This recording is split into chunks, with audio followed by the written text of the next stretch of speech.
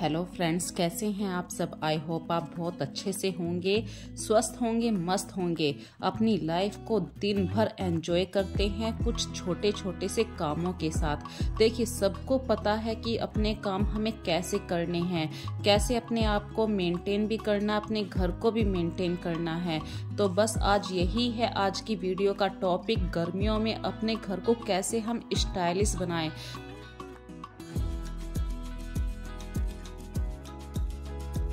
जिस तरह नए साल पर या किसी बर्थडे पार्टी पे या बाहर किसी पार्टी पे हमें जाना होता है तो हम किस तरीके से नए नए कपड़ों का चॉइस करते हैं, उसी तरीके से देखिए जैसे सीजन चेंज होता है, विंटर का सीजन जाता है, समर का सीजन आता है, तो उस समय हमें भी अपने घर को थोड़ा सा फूजी लुक देना ज़रूरी है।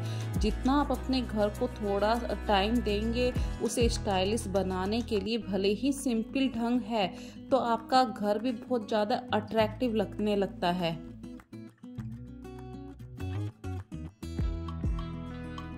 हमारा घर छोटा है, बड़ा है, ये बिल्कुल कभी भी फर्क नहीं पड़ता है इन छोटी छोटी बातों से। बस उस घर में प्यार होना चाहिए, एक दूसरे की रेस्पेक्ट होनी चाहिए, बच्चों को प्यार का मतलब पता होना चाहिए। जितना हम अपने घर को ऑर्गेनाइज करके रखते हैं, सामान को सही ढंग से रखते हैं, मैं कभी भी ये नहीं कहती हूँ कि बहुत ज़्यादा एक्सपेंसिव बुके ही आप खरीद के लाइए। आजकल जैसे देखिए गर्मी का सीजन चल रहा है, आपके घर के गार्डन में जो सदाबहार के फूल होते हैं, आप उनसे भी अपने घर को सुंदर बना सकते हैं। अपने घर में जैसे डाइनिंग टेबल पे है, बेड के हेड सेक्शन के पास है, टीवी की रैक के पास है, बहुत सारी ऐसी जगह हैं जहाँ पे आप इस तरीके से नेचुरल फूलों को रख सकते हैं। और उसे स्टाइलिश बनाने के लिए देखिए, मैं यहाँ पे कोई भी एक्सपेंसिव चीज़ यूज़ नहीं कर रही हूँ। कांच का बाउल सभी के घर में मिलता है, और ये जो वाइट कलर का बाउल है, ये जैसे कि हम बाहर से कोई भी सब्जी लेकर आते हैं, वो खाली डिब्बे होते हैं, उसी को मैंने गरम चीज़ से छेद कर लिए हैं ताकि ये डंठल जो होती हैं, फूलों की डंडियां होती हैं, उसमें आराम से खड़ी हो जाएं। तो यही चीज़ें होती हैं अपने घर को सुंदर बनाने के लिए। और देखिए फ्रेंड्स, अभी जो बात कर रही हूँ मैं, हमारे घर में बहुत सारे ऐसे कपड़े हो जाते हैं जो फट जाते हैं, तो आप उन्हें फेंकिए मत। जब आप कभी सफाई करें, जैसे डीप क्लीनिंग होती है, मंथली डीप क्लीनिंग होती है, हमारे घर में हमेशा होती है। और अब तो वैसे भी गर्मी का टाइम चल रहा है, तो पंखे बहुत जल्दी गंदे हो जाते हैं। तो पंखों को साफ़ करने के लिए, या आपके हाथ ज़्यादा गंदे हो जाते हैं, तो अपने हाथों पर इस तरीके से आप ग्लव्स ना पहन के सॉक्स भी पहन सकते हैं। डायरेक्ट साफ़ करना, आप डायरेक्ट इन सॉक्सों से भी साफ़ कर सकते हैं।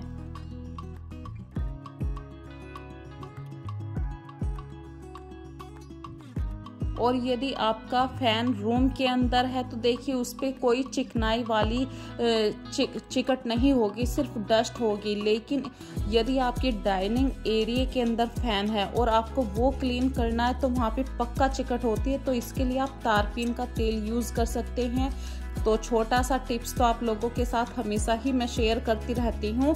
और अगली छोटी सी बात आपके साथ शेयर कर रही हूँ मैं, ये जो डस्टर है, ये देखिए जब हम जाले साफ करते हैं दीवारों के ऊपर से, तो कॉर्नर का जो बीच वाला पार्ट होता है, वहाँ पे कभी ना कभी जो प्लास्टिक का जाला झाड़ने वाला होता है, उससे वो उस दीवार पे, छत के ऊपर चिपक जाता है। लेकिन इस डस्टर की हेल्प से सारे जाले इस कपड़े के ऊपर एब्जॉर्ब हो जाते हैं, और ये वॉशेबल है।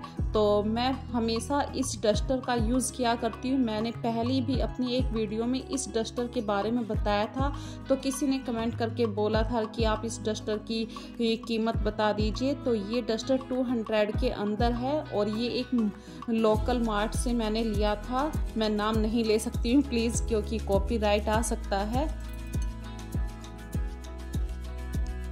तो इस डस्टर का इतना अच्छा फ़ायदा, आप चाहे ग्लास साफ़ कर लीजिए, छत को साफ़ कर लीजिए, कुछ भी साफ़ कर सकते हैं। धोइए और साफ़ करके अपने फिर से वापस रख दीजिए। और देखिए, जब मैंने पंखा साफ किया तो बारीक बारीक सी डस्ट इस बेडशीट के ऊपर गिर गई। ये देखिए मैं अभी आपको दिखा रही हूँ। तो जब इस तरीके से आपके घर में होता है तो आप उस समय बेडशीट को झाड़िए मत, तुरंत उसे ऐसे अंदर की तरफ को फोल्ड कीजिए और जब आप इसे वॉश करने के लिए जाएंगे तब वहाँ पे झाड़िए। यदि आप यहीं पे झाड़ेंगे तो इसकी डस्ट और कपड़ों के ऊपर भी चली जाएगी।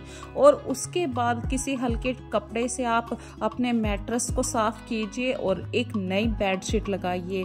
ये जब हम नई बेडशीट को लगाते हैं तो जब हमेशा ये ध्यान रखिए कि आप ऊपर से सारी डस्टिंग को रिमूव कर चुके हों। उसके बाद ही हमें गर्मियों में बिल्कुल लाइट शेड की बेडशीट को यूज़ करना चाहिए। बेडशीट जितनी भी कॉटन कपड़े में बनी होगी, जिसको हम अपनी आम भाषा में बोलते हैं खादर का कपड़ा, मतलब खादी आश्रम वालों की जो बेडशीट होती है वो इतनी फिक्स हो जाती है, जब आप एक बार इसे बिछा देते हैं तो बिल्कुल फिक्स हो जाती है।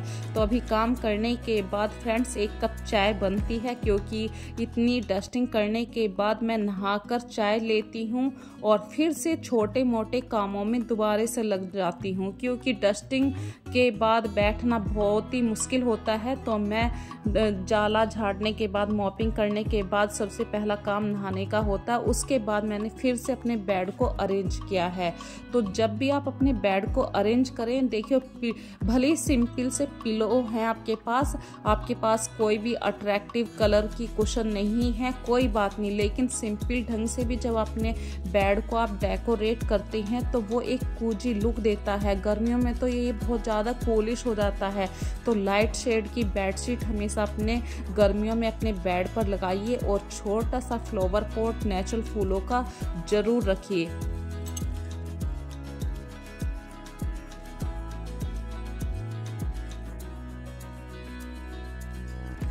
और सभी सोचते हैं कि हम हाउसवाइफ क्या काम करते हैं। एक्चुअली आधे काम तो हमारे नहाने के बाद ही शुरू होते हैं, क्योंकि नहाने से पहले तो देखिए हमने मॉपिंग कर लिया, बिल्कुल सिंपल ढंग से डस्टिंग करा, मॉपिंग करा, लेकिन नहाने के बाद जब हम आते हैं तो हमें पता चलता है कि हमने चेयर ऊपर रखी हुई थी। पोछा लगाते हुए हम चीज़ों को इधर से उधर कर देते हैं, लेकिन बाद में उन चीज़ों को सही से अरेंज भी करना होता है। तो आज जब मैंने पंखे साफ करे थे तो इन कुर्सियों के कवर भी मैंने हैंड टू हैंड ही वॉश कर दिए थे, क्योंकि गंदे पांव लेकर मैं इन कुर्सियों के ऊपर चढ़ गई थी। और ये मेरी एक बहुत बुरी हैबिट है कि मैं अक्सर ध्यान दिया करती हूँ कि चाहे वीक हो या मतलब सिर्फ 10 दिन ही हुए हों, मैं अपने घर के जो डाइनिंग टेबल की कुर्सियाँ हैं उन्हें हमेशा साफ रखती हूँ। यदि मुझे लग रहा है कि सिर्फ 3 दिन पहले ही मैंने वॉश किए थे डाइनिंग टेबल के कपड़ों को और गंदा हो चुका है तो मैं तुरंत उसे चेंज कर देती हूँ। और नहाने के बाद तो देखिए फ्रेंड्स दिखाई दे जाता है कि ये सामान यहाँ रखा है, ये सामान यहाँ, तो उस सामान को वहाँ से उठा के एक प्रॉपर प्लेस भी देना होता है। इन्हीं छोटी छोटी बातों से आप अपने घर को सही से ऑर्गेनाइज करके रख पाते हैं।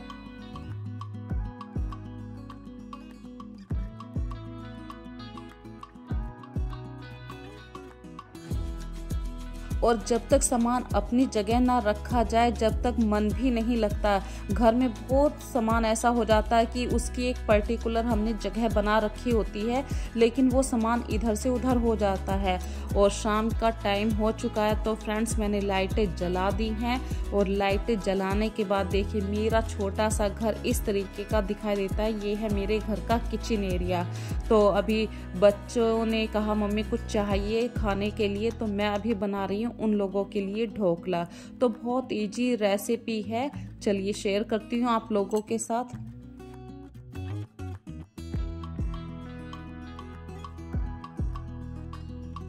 मैंने 2 कटोरी बेसन लिया है। बेसन को पहले छान लिया था। और क्वांटिटी बहुत ज़रूरी है। यदि आप किसी काम को सीख रहे हैं, कर रहे हैं, बिना क्वांटिटी के आप काम नहीं कर सकते हैं। तो मैंने 2 कटोरी बेसन, 1 चम्मच चीनी और 2 चुटकी हल्दी, आधा चम्मच नमक लिया है। और इस मिश्रण को आपको बिल्कुल सिंपल पानी से इसको मिक्स कर लेना है। बस ध्यान रखना है आप जिस डायरेक्शन की तरफ को मिक्स कर रहे हैं उस बैटर को आपको एक ही डायरेक्शन से मिक्स करना है। ये नहीं है कि एक बार हमने लेफ्ट से एक तरफ राइट से, इस तरीके से मिक्स नहीं करना है। और 10 मिनट के लिए मैंने इस बेसन को रेस्ट करने के लिए छोड़ दिया है। दूसरी साइड में तैयारी कर रही हूँ स्टीमर की। तो मैंने 1 गिलास पानी बड़े बर्तन में रख दिया है और उसके अंदर रख दिया एक स्टैंड। जब हमारा पानी बॉईल हो रहा है, अभी 5 मिनट लग रहे हैं और हमारा इधर बेसन तैयार हो चुका है, तो मैंने नींबू का रस डालना भूल गई थी। तो दो कटोरी बेसन में मैंने 4 चम्मच नींबू का रस लिया है और एक प्लेट में हम घी या तेल लगा लेते हैं ताकि जब हम इस बैटर को डालें वो चिपके नहीं थाली के ऊपर। तो मैंने घी यूज़ किया है क्योंकि ऑयल जब हम ऐसे लगाते हैं तो हस्बैंड मना कर देते हैं कि ऑयल मत डालना, घी लगाना। तो देखिए, कभी कभी कि हर किसी की बात माननी चाहिए अपने जब आप कुकिंग का काम कर रहे होते हैं, क्योंकि टेस्ट की बात आती है यहाँ पे। और जब आप इनो पैकेट डालें तो आपको तुरंत ही ये स्पीडली काम करना होता है। इनो अपना असर करना तुरंत ही शुरू कर देता है। तो जो बैटर में आपने इनो डाला है तुरंत उसे फेंटिए और ट्रांसफ़र करके उसे आप स्टीमर के ऊपर रख दीजिए। और ये स्टीमर आपको करना है 20 से 25 मिनट के लिए। और हमारा दूसरी गैस पे स्टीमर हो रहा है बेसन और हम करते हैं दूसरी साइड में तड़के की तैयारी। तो तड़के के लिए देखिए, 1 चम्मच ऑयल में मैंने कुछ चुटकियाँ राई ली है, हरी मिर्ची है, करी पत्ता है, जीरा इसमें यूज़ नहीं होता है। आप फ्लेवर के लिए वाइट तिल भी यूज़ कर सकते हैं। और 4 चम्मच मैंने इसमें नींबू का रस लिया है, 1 गिलास पानी है और 2 चम्मच चीनी है। और इस पानी को अच्छी तरीके से बॉईल होने दीजिए। और इधर आपका बेसन का ढोकला बिल्कुल बनकर तैयार हो गया। तो आप चेक कर सकते हैं 1 चम्मच की हेल्प से। देखिए, पानी जब तक बॉईल नहीं होगा उसमें टेस्ट नहीं आएगा। कुछ चीज़ों को आप ऐसे मतलब कच्चा नहीं खा सकते हैं, उन्हें पकने दीजिए क्योंकि पकने में टाइम तो ज़रूर लगेगा। और फ्रेंड्स, ढोकला मैंने ठंडा होने के लिए रख दिया था, उससे पहले ही मेरी बेटी ने आके फटाफट ढोकले को कटिंग कर दी और उसकी कोई वीडियो नहीं बना पाई। तो इसके लिए फ्रेंड्स कोई माइंड मत करना, सिर्फ काटा है ये और बिल्कुल परफेक्ट ढोकला हमारा बन गया है। तो आइए हमारे साथ कभी एंजॉय कीजिए।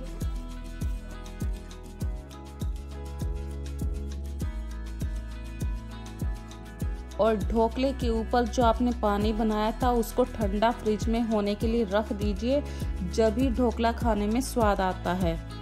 तो फ्रेंड्स, बिल्कुल परफेक्ट तरीके से ढोकला बन चुका है और हरी मिर्ची भी है इसमें। जो फ्लेवर मुझे चाहिए था वही फ्लेवर है, वही स्पंजी है। और मैंने ये काफ़ी बार बनाना सीखा है, तब जाके मैं परफेक्ट ढोकला बनाना सीख पाई हूँ।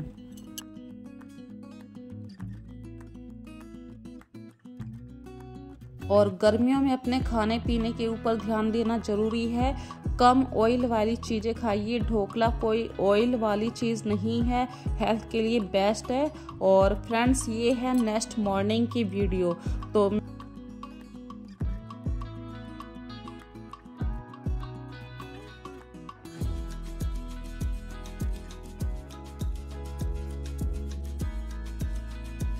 तो एक एक घूंट चाय हो जाए, मतलब सिप हो जाए, एक एक कप चाय हो जाए। तो सुबह सुबह जो गरम गरम चाय पीने से एनर्जी आती है हमारी बॉडी में। भाई, मुझको हैबिट है चाय पीने की, तो मैंने अपने लिए चाय पी ली है। और कार्तिक के लिए मैं बना रही हूँ मैंगो शेक। कार्तिक को चाय अलाउड नहीं है, मैं उसको बहुत गुस्सा करती हूँ। कभी कभी वो मेरे साथ ज़बरदस्ती करता है, मम्मी एक सिप दे दीजिए, पर मैं उसको नहीं देती हूँ। तो उसके लिए मैं स्कूल जाने से पहले मैंगो शेक बना रही हूँ। और उसका मैंगो शेक जो फेवरेट है वो क्रीमी बहुत पसंद करता है। मतलब मैंगो शेक में यदि आपने सिर्फ दूध डाल दिया तो वो बिल्कुल पसंद नहीं करेगा। वो बिल्कुल भी जाके फ्रिज में से मैंगो शेक को नहीं पिएगा। ये उसमें बहुत बुरी हैबिट है, जब तक उसकी मनपसंद तरीके से मैं मैंगो शेक नहीं बना लेती हूँ। तो फ्रेंड्स, ये काफ़ी बड़ा मैंगो है, तो इसका हाफ मैंगो का ही मैं मैंगो शेक बना रही हूँ कार्तिक के लिए। तो हाफ मैंगो को मैंने काट के पीसीज में मिक्सी के जार के अंदर डाल दिया है।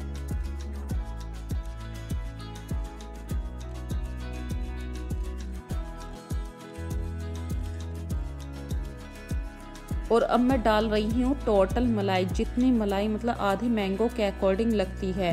दूध भी डालूंगी, लेकिन वो मलाई वाला जब मैंगो शेक बनता है तो ये थोड़ा सा पफी हो जाता है, क्रीमी हो जाता है। और इस तरीके का मैंगो शेक ही कार्तिक को पसंद है।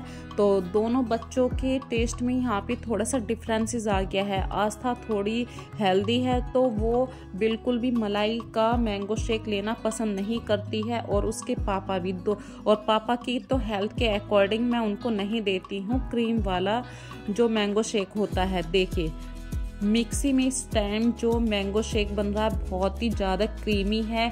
मन तो करता है मैं भी पीऊँ, पर मैं अपनी हेल्थ के बारे में ज़्यादा कॉन्शियस हूँ, तो सिर्फ कार्तिक के लिए ही इस तरीके का मैंगो शेक मैं बनाती हूँ, और आस्था के लिए सिर्फ दूध और मैंगो। पापा जो हैं इनके वो बिल्कुल भी मैंगो शेक को पसंद नहीं करते हैं, बोलते हैं कि मैं ज़्यादा नहीं लूँगा तो बस एक सिप। और मैं दोनों बच्चों के मैंगो शेक में से एक एक सिप ले लेती हूँ। तो ये होता है एक फैमिली के अकॉर्डिंग, और कि पेरेंट्स नहीं अकॉर्डिंग मैं बताऊं आपको कि हमारी एक एज के अकॉर्डिंग भी हम अपना खाना पीना रखते हैं, और जब अपनी एज के अकॉर्डिंग हम अपने शरीर के अकॉर्डिंग खाना पीना रखते हैं तो हम हेल्दी भी रहते हैं। तो ये गिलास में जो अभी जूस डाल रही हूँ ये आस्था का है, और जो बड़े वाले बाउल के अंदर मैंने रखा है वो कार्तिक का है।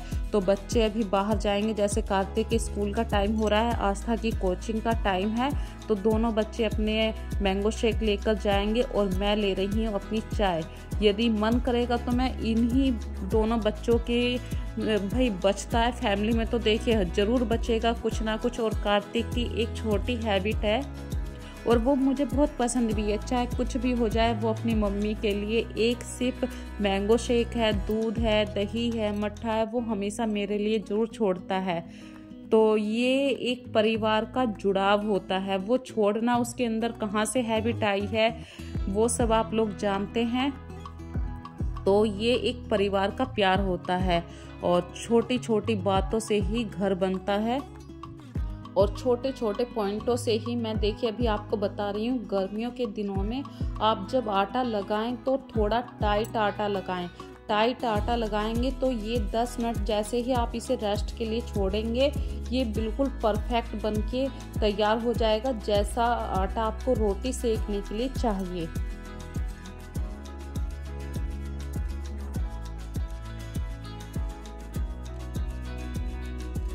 और कार्तिक के स्कूल जाने से पहले फ्रेंड्स मैं उसकी ड्रेस को प्रेस करके रख रही हूँ, क्योंकि अभी वो नहाने के लिए गया है। तो सुबह के इतने सारे काम होते हैं, मॉर्निंग टाइम के जो काम होते हैं वो अनकाउंटेबल होते हैं।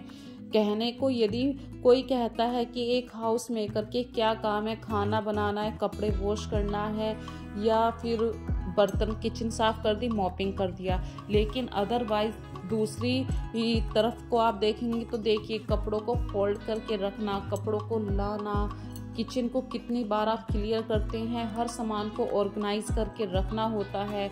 बच्चे इधर उधर सामान छोड़ देते हैं, उस सामान को उसका एक पर्टिकुलर प्लेस जो हमने दिया हुआ है उस पर्टिकुलर प्लेस पे रखना। फ्रिज को कितनी बार हम साफ करते हैं लेकिन फिर भी चीज़ें बिखर जाती हैं, तो फ्रिज को भी दिन में एक बार वाइप करना होता है। तो इन बातों को जब हम करते रहते हैं तो ये हमारे दिन का एक डेली रूटीन का हिस्सा बन जाते हैं।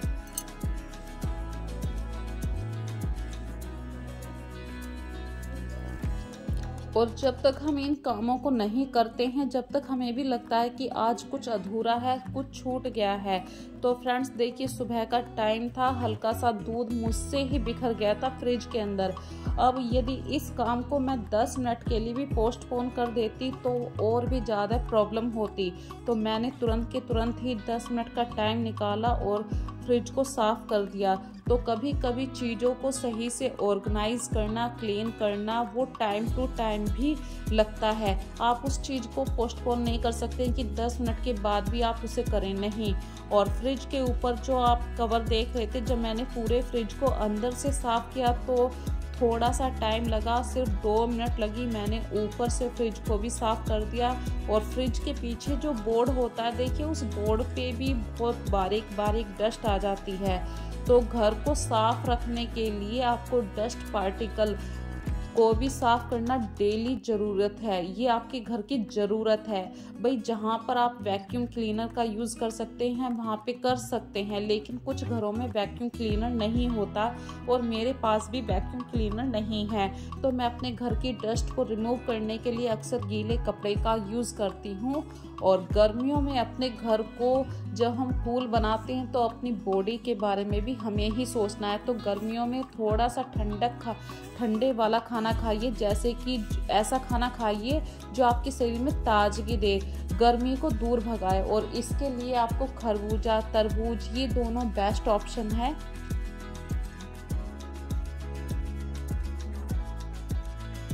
और फ्रेंड्स, जब हम चाहते हैं हमारा घर गर्मियों में बिल्कुल कूलिश दिखाई दे, स्टाइलिश दिखाई दे, तो सबसे पहले बात आती है आपकी किचन की। यदि किचन का काउंटर साफ नहीं है तो आपके घर की कोई वैल्यू नहीं है। आप कितना भी अपने घर को नीट एंड क्लीन कर लीजिए, कोई वैल्यू नहीं है।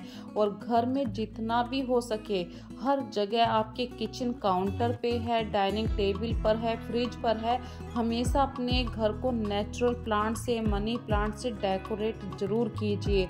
एक्सपेंसिव चीज़ों से ही घर को सजा के रखना जरूरी नहीं है, बिल्कुल सिंपल वे से भी आप अपने घर को डेकोरेट करके रख सकते हैं। तो आज मैंने आप लोगों के साथ फ्रेंड्स बहुत छोटी छोटी बातों को शेयर किया है। अपने घर को आप किस तरीके से स्टाइलिश बना सकते हैं, बिल्कुल सिंपल वे से सामान को किस तरीके से ऑर्गेनाइज करके रख सकते हैं, डस्ट पार्ट को आप विदाउट वैक्यूम क्लीनर के कैसे साफ कर सकते हैं। यही होता है एक घर की एक डे की लाइफ, जिसको हम रूटीन लाइफ कह देते हैं। और अपने रूटीन लाइफ में हमेशा चेंज करते रहना चाहिए। सो फ्रेंड्स, सुख ढूंढने से कभी नहीं मिलता है, सुख हमेशा पाना पड़ता है, उसके लिए मेहनत करनी पड़ती है। शांति को पाना पड़ता है, उसके लिए भी मेहनत करनी पड़ती है। यदि आप अपने घर में ये चाहते हैं खुशी का माहौल बना रहे, तो अपने घर को बिल्कुल स्टाइलिश रखिए। जब शाम को आपके हस्बैंड भी आके ऑफिस में जो टेंशन होती है उनके माइंड में, और आपके घर में जो माहौल होता है, जब आपने अपने घर को इतना शांत रखा हुआ है, बिल्कुल सजा के रखा हुआ है, तो अच्छों का भी गुस्सा खत्म हो जाता है घर की डेकोरेशन को देख के, घर की साफ सफाई को देख के। तो सुख जो होता है वो कहीं से पैसों से खरीदा नहीं जाता, वो आप कैसे क्रिएट करते हैं, कैसे आप अपने धीरे धीरे अपने घर के कामों पे अपना ध्यान लगाते हैं, आप खुद पर अपना कंट्रोल रखती हैं, तो जभी तो आप अपना घर सजा पाती हैं। यदि आप अपने ऊपर कंट्रोल नहीं रखेंगी, अपने घर में शांति वाला माहौल नहीं रखेंगी, तो आपके बिहेव से ही आपके बच्चे सीखते हैं। और यही छोटी छोटी बातें मैंने आज आप लोगों के साथ शेयर करी हैं। यदि आज की वीडियो में आपको कोई भी बात अच्छी लगी है तो प्लीज़ फ्रेंड्स इस वीडियो को ज़्यादा से ज़्यादा लाइक कीजिए, शेयर कीजिए, और अपना प्यार ऐसे ही मुझे अगली वीडियो में भी दीजिए, और जैसा पिछली वीडियो में दिया है। तो फ्रेंड्स अपना ध्यान रखिए। सो टेक केयर फ्रेंड्स, नई वीडियो में फिर से मिलेंगे।